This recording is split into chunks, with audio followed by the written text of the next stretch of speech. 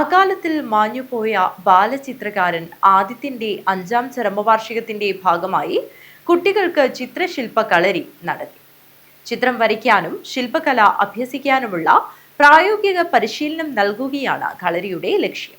ആദിത്യപ്രഭ കൂട്ടായ്മയാണ് ചിത്രശില്പ കളരി സംഘടിപ്പിച്ചത്.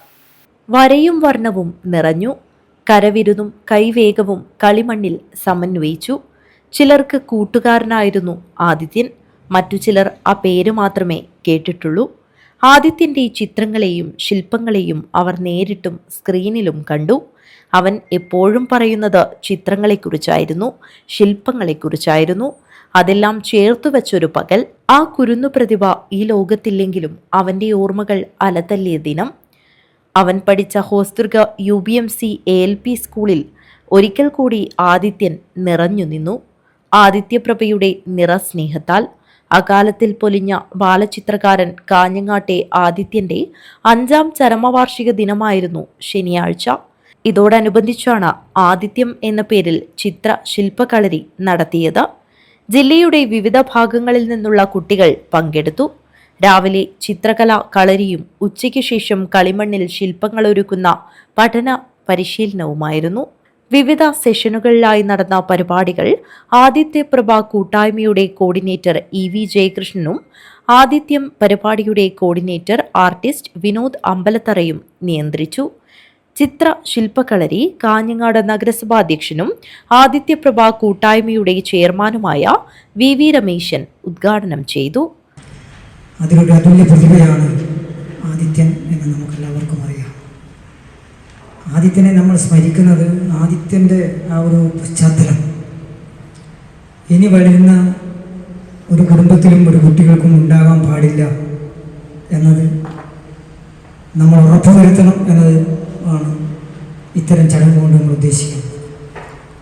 നമ്മൾ കണ്ണു കൊണ്ട് ചുറ്റുപാട് നോക്കുകയാണ്, നമ്മുടെ കാതുകളെല്ലാം കുറിപ്പിച്ചിരിക്കണം.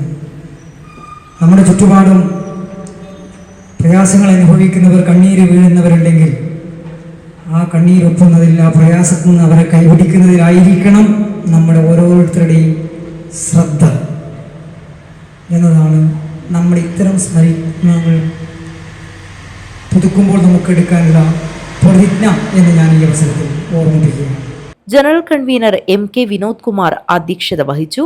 വാർഡ് കൗൺസിലർ PV ചന്ദ്രൻ, മുൻ AEO PV Jayaraj, Durga higher secondary school മുൻ പ്രധാനാധ്യാപകൻ വിനോദ് കുമാർ മേലത്ത്, UBMC സ്കൂൾ പ്രധാനാധ്യാപകൻ MT Rajeevan, Kanhangad press forum president Fazalur Rahman, മുതിർന്ന മാധ്യമപ്രവർത്തകൻ T മുഹമ്മദ് അസ്ലം എന്നിവർ സംസാരിച്ചു.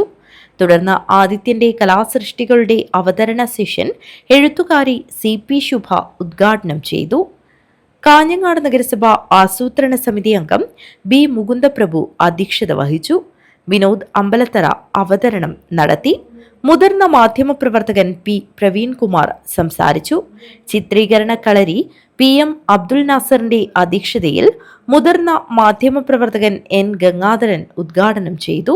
ചിത്രകാരൻ സജീന്ദ്രൻ കാറടുക്ക ക്ലാസ് എടുത്തു. ഒപ്പം വരയ്ക്കാം session rotary assistant governor Williams Joseph ഉദ്ഘാടനം ചെയ്തു. Kanhangad Durga higher secondary school PTA vice president Narayanan Moothal അധ്യക്ഷത വഹിച്ചു. സുമേഷൻ മടിക്കൈ, ആദർശ്, സുചിത്ര മധു എന്നിവർ പരിശീലനം നൽകി. Kanhangad press forum vice president KS Hari സംസാരിച്ചു.